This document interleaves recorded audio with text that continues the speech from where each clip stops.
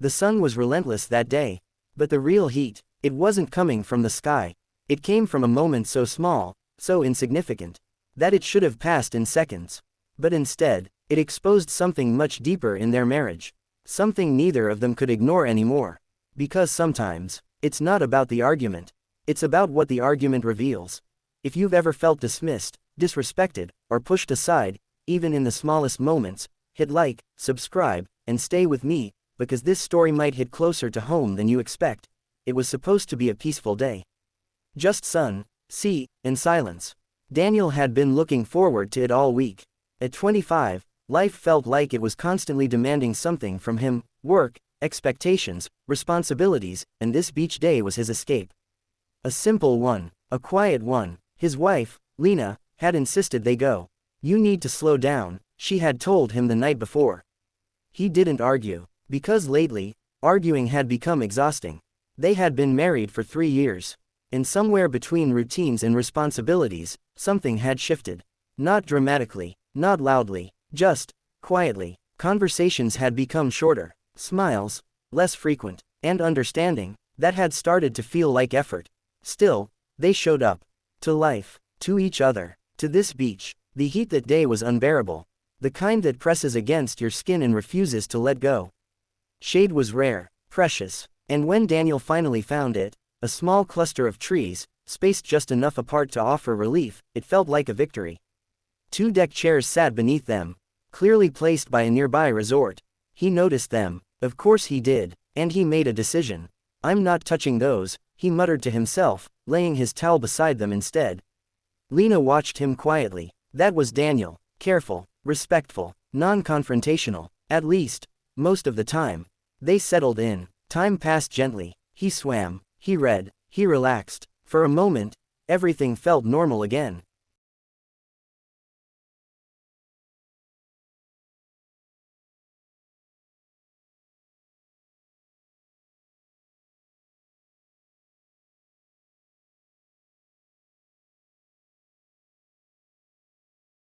It started with something small. It always does. Daniel knocked his bag over. Sand spilled into it. Annoyed, he brushed it off and, without thinking too much, placed it briefly on one of the empty deck chairs. Just for a moment, that moment changed everything. Minutes later, a man approached. Older, late 60s, his face already tight with irritation. He didn't greet them, didn't ask. He pointed, at the chair, at the bag, at Daniel. The message was clear. Daniel sighed softly and removed his bag. "Sorry," he said, but the apology felt forced. Because something about the way the man approached him, the tone, the posture, the assumption, didn't sit right. Lena noticed it immediately. She shifted slightly on her towel. Watching, listening. The man didn't stop. He grumbled, loudly, aggressively, like Daniel had committed something far worse than placing a bag down for a moment. Then, she arrived, the wife, and suddenly, it wasn't just tension. It was confrontation. They spoke sharply, fast, accusing. The words came heavy with entitlement. "You have the whole beach. Why here? Why next to us?" Lena felt her chest tighten. Not because of what they were saying, but because of what she knew was coming. Daniel didn't like being spoken to like that. Not anymore. Not after years of swallowing frustration. Not after months of feeling unheard. Lena watched him closely. She knew that look. The calm one. The one that wasn't really calm. The one that meant something was building beneath the surface. She thought, "Please, just let it go. It's not worth it. We can move." Because to her, peace mattered more than pride. But to Daniel, this wasn't about the chair anymore. It wasn't even about the beach. It was about something deeper. Something he hadn't been able to articulate. Not at home, not in conversations that ended with, "You're overthinking. It's not a big deal. Why do you always make things bigger than they are?" He had heard those words before. From Lena, more than once. And now, standing there, being spoken to like he didn't belong. Something clicked. "I'm not doing anything wrong," Daniel said calmly. Too calmly. The older man scoffed. "You're crazy," he snapped. "You put your luggage on my chair." Daniel exhaled slowly. "I've been here for an hour." It wasn't a problem then. The man's wife crossed her arms. "We've been here longer." That was the moment. The shift. Because the logic didn't matter. The truth didn't matter. Respect did. And right now, there wasn't any. Lena leaned closer. Daniel, let's just move, she whispered. But he didn't look at her. Didn't respond. He just said, you can sit anywhere too. Silence followed, heavy, uncomfortable. The couple grew louder, more aggressive, more insistent. But Daniel, he stopped engaging, picked up his book, and started reading, like they didn't exist. Lena's heart pounded. Not from fear, from tension, from the weight of what this moment represented. Because this wasn't just Daniel standing his ground against strangers. This was Daniel, changing. The man returned from the water later. His movements deliberate, petty. He dragged the chair around Daniel. Let it hover above him. Waited for a reaction. None came, so he escalated. He walked across Daniel's towel. Kicked sand, hard, deliberately. It hit Daniel's arm, his book, his space. Lena flinched. Daniel didn't, not at first. Then slowly, he looked up. Calm eyes, sharp voice. That's kind of you, he said. A pause. Then, I thought with age, you learn manners. The words landed, heavy. The man froze. Lena held her breath. Daniel added, quietly, it's embarrassing. Silence. Thick, uncomfortable. The kind that says everything without shouting. Time stretched. 30 minutes passed. Then another. Lena noticed something she hadn't seen in a long time. Daniel wasn't reacting. He wasn't chasing peace. He wasn't shrinking himself to avoid conflict.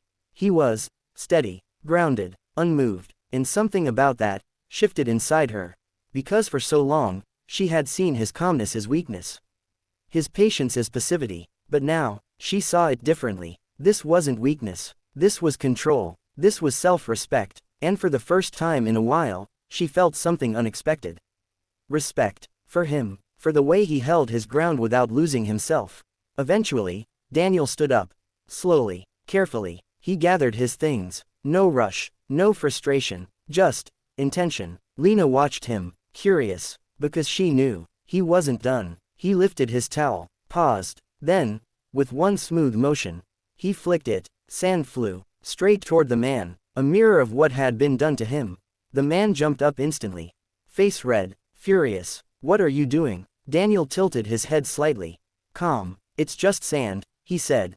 A beat. The same sand you kicked at me. The man grabbed a handful and threw it back. But he hadn't thought it through. The wind caught it, carried it, right back into his own face.